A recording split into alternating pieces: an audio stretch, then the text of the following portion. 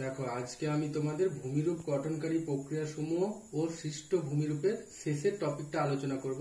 সেখানে কি লেখা আছে? বহির্জাত প্রক্রিয়া। বহির্জাত প্রক্রিয়া মানে স্বাভাবিক ভূপৃষ্ঠের বাইরে যে সমস্ত প্রক্রিয়া বা কার্যকলাপ বা ক্রিয়াগুলি হয়ে থাকে সেগুলিকে আমরা বহির্জাত প্রক্রিয়া বলে থাকি। তাহলে দেখো কি লেখা রয়েছে, যে সকল প্রক্রিয়া ভূপৃষ্ঠের ওপর সর্বদা ক্রিয়াশীল থেকে ভূমিরূপ গঠনে সাহায্য করে তাদেরকে বহির্জাত প্রক্রিয়া বলে। নদী, হিমবাহ, বায়ু, আবহবিকা প্রভৃতির উদাহরণ। তাহলে এগুলোর উদাহরণ, এগুলোর ফলে কি হয়? সর্বদা ক্ষয় কার্য এবং সঞ্চয় কার্যের মাধ্যমে কি হয়? ভূপৃষ্ঠের বাইরে নানান ক্রিয়াকলাপ করছে, যেগুলো কি করছে? ভূমিরূপ গঠনে নানান দিক থেকে সাহায্য করছে। এবং প্রতিটা প্রক্রিয়া হওয়ার জন্য কি দরকার? নির্দিষ্ট কিছু শক্তি দরকার হয়। সেই প্রয়োজনীয় শক্তি কি কি শক্তি এখানে দরকার? মধ্যাকর্ষণ জনিত পীড়ন এবং আণবিক পীড়ন। তাহলে মধ্যাকর্ষণ জনিত পীড়ন কি না আমরা কি জানি? ভূপৃষ্ঠের ওপরে থাকা সমস্ত জিনিসকে কি হয়? নিচের দিকে টানবার জন্য বা নিচের দিকে ফেলবার জন্য একটা বল থাকে, বল বা শক্তি থাকে, সেটাকে আমরা মধ্যাকর্ষণ শক্তি বা মধ্যাকর্ষণ বল বলে থাকি। তাহলে সেরকমই ভূপৃষ্ঠের ওপরে থাকা প্রতিটি বস্তু বা প্রতিটা জিনিসের ওপরে একটা বাইরের থেকে যে প্রযুক্ত বল এবং সেই বল বা তার ক্রিয়াটার একটা বিপরীত প্রতিক্রিয়া থাকে। অর্থাৎ এদিকে বল বা এটা ক্রিয়া করছে এবং তার অপোজিট দিকে কি করছে? একটা প্রতিক্রিয়াজনিত শক্তি কাজ করছে। তাহলে একটা ক্রিয়াজনিত একটা প্রতিক্রিয়াজনিত শক্তি, এবং এই দুটো শক্তির মধ্যে যখন কি হয়? বাইরের শক্তিটা, বাইরের বলটা যখন বেশি হয় তখন কি হয়? অবশ্যই তার মধ্যে চাপ বা পীড়নের সৃষ্টি করে। এরকম একটি গোলাকার বস্তু পীড়ন মানে ভেঙে যাওয়ার ফলে কি এরকম ছোট ছোট নানান ধরনের বস্তুতে পরিণত হচ্ছে। এইভাবে কি করছে? মধ্যাকর্ষণ জনিত পীড়ন বা বিকৃত জনিত পীড়নের মধ্যে ভূমিরূপ গঠন হচ্ছে। তাহলে কি বলবো? একটা বাইরের শক্তি অর্থাৎ বহির্জাত চাপ কাজ করছে, প্রতিক্রিয়া, এবং তার মধ্যে কি রয়েছে? ক্রিয়া, এবং তার বিপরীতে রয়েছে প্রতিক্রিয়া। তাহলে ক্রিয়া এবং প্রতিক্রিয়ার মধ্যে যখন বাইরের শক্তিটা বেশি হয় তখন কি হয়? সম্পূর্ণরূপে চাপ বা পীড়নের সৃষ্টি করছে, যেটা ভেঙে গিয়ে একটা নতুন পদার্থ বা নতুন জিনিস তৈরি হচ্ছে। সেটাকে আমরা কি বলে থাকি? বিকৃত জনিত পীড়ন।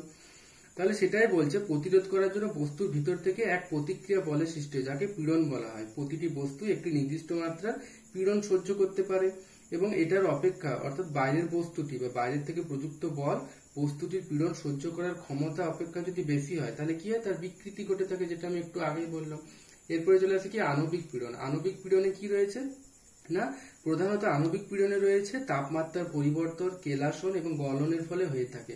কি হয়? এটাও একটা বহির্জাত শক্তি বা ভূপৃষ্ঠের পরিবর্তনে গুরুত্বপূর্ণ ভূমিকা পালন করে থাকে।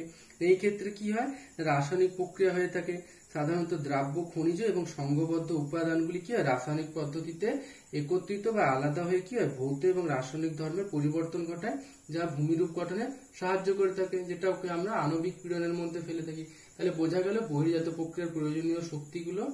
এরপরে চলেছে পদ্ধতি সমূহ। কি কি পদ্ধতি রয়েছে বহির্জাত প্রক্রিয়ার মধ্যে? টেবিল করে দেওয়া আছে। দেখো, ভৌত রাসায়নিক প্রক্রিয়া, জৈবিক প্রক্রিয়া, যেটাকে কি বলা হয়েছে? ধীর এবং আকস্মিক দুটো ভাগে ভাগ করা হয়েছে। আরোহণ এবং অবরোহণ হচ্ছে ধীর প্রক্রিয়ার মধ্যে, এবং আকস্মিকের মধ্যে রয়েছে ধস এবং বন্যা, এবং জৈবিক প্রক্রিয়া। তাহলে বহির্জাত প্রক্রিয়াটাকে যদি আমরা ভাগ করে থাকি পদ্ধতিগুলোকে, সেখানে ধীরের মধ্যে কোন জিনিসটা আমাদের প্রধান দেখার আছে?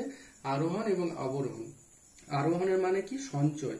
যে সকল প্রক্রিয়ার মাধ্যমে ভূপৃষ্ঠের উচ্চতা ক্রমশ বৃদ্ধি পায় তাদেরকে কি বলে থাকি আমরা? আরোহণ পদ্ধতি বা সঞ্চয় পদ্ধতি বলে থাকি। কি করে হয় না? এই ক্ষেত্রে সাধারণত প্রবাহমান জলধারা, ভূগর্ভস্থ জল, বায়ু, হিমবাহ, সমুদ্র তরঙ্গ এগুলো কি করছে? এক জায়গা থেকে ক্ষয় করে গিয়ে আরেক জায়গায় সঞ্চয় কার্য করছে। এটাও একটা কি? সঞ্চয় হচ্ছে, যেটাকে আমরা আরোহণ প্রক্রিয়া বলে থাকি। তাহলে বোঝা গেল। এরপরে কি আছে? অবরোহণ। অবরোহণ মানে কি? ক্ষয়। যে সকল প্রক্রিয়ার মাধ্যমে শিলামণ্ডলের উচ্চতা ক্রমশ হ্রাস পায় তাদেরকে অবরোহণ প্রক্রিয়া বলে থাকে। এক্ষেত্রে কি? আবহবিকার ক্ষয়ীভবন এবং পুঞ্জক ক্ষয়। অবরোহণ প্রক্রিয়ায় অংশগ্রহণকারী কি কি জিনিস থাকে? উপাদানগুলি কি কি থাকে? আমরা উপাদানও বলতে পারি এগুলিকে। আবহবিকার ক্ষয়ীভবন এবং পুঞ্জক ক্ষয়, যেগুলো আমরা ক্লাস 9-এ দেখে এসেছি। আবহবিকার, পুঞ্জক ক্ষয় এবং ক্ষয়ীভবন দেখে এসেছি, এগুলো আলোচনা করার কিছুই নেই। আকস্মিকের মধ্যে কি রয়েছে? ধস এবং বন্যা। স্বাভাবিক আমরা জানি ধস জিনিসটা কি, ক্লাস 5-এর লেভেলেও আছে। এবং বন্যা কি না? হঠাৎ করে জলের বৃদ্ধি পেলে কি হয়? বন্যা সৃষ্টি হয়। সেটাও কি করে? ভূমিরূপের পরিবর্তন ঘটিয়ে থাকে। এরপরে চলে আসে জৈবিক প্রক্রিয়া। জৈবিক প্রক্রিয়া কি লেখা আছে দেখো, এই পদ্ধতিতে সমগ্র জীবজগৎ অর্থাৎ উদ্ভিদ, প্রাণী ও মানুষ ভূমিরূপের পরিবর্তন ঘটায়। কিভাবে পরিবর্তন ঘটায় সেটাই লেখা রয়েছে। বাঁধ নির্মাণ, জলাভূমি ভরাট প্রভৃতি কাজে মানুষ ও জীবজগতের প্রভাব অপরিসীম। অর্থাৎ জলাভূমি ভরাট করছে, বাঁধ নির্মাণ করছে, এগুলো কি করছে? অবশ্যই মানুষ করছে, এবং তার সাথে উদ্ভিদ প্রাণীও রয়েছে যুক্ত। এগুলি কি করছে? জীবজগতও রয়েছে। অর্থাৎ সমগ্র জিনিসটা কি করছে? জৈবিক পদ্ধতির মধ্যে জীবজগতের প্রভাবটা অপরিসীম রয়েছে। তাহলে বোঝা গেল আজকে ভূমিরূপ গঠনকারী প্রক্রিয়া সমূহ সৃষ্ট ভূমিরূপের মধ্যে বহির্জাত প্রক্রিয়াটি আমি সম্পূর্ণ আলোচনা করলাম। পরের দিন ক্লাসে আমি প্রশ্ন উত্তরগুলো নিয়ে আলোচনা করব। আজকের ক্লাস এখানেই থাকলো।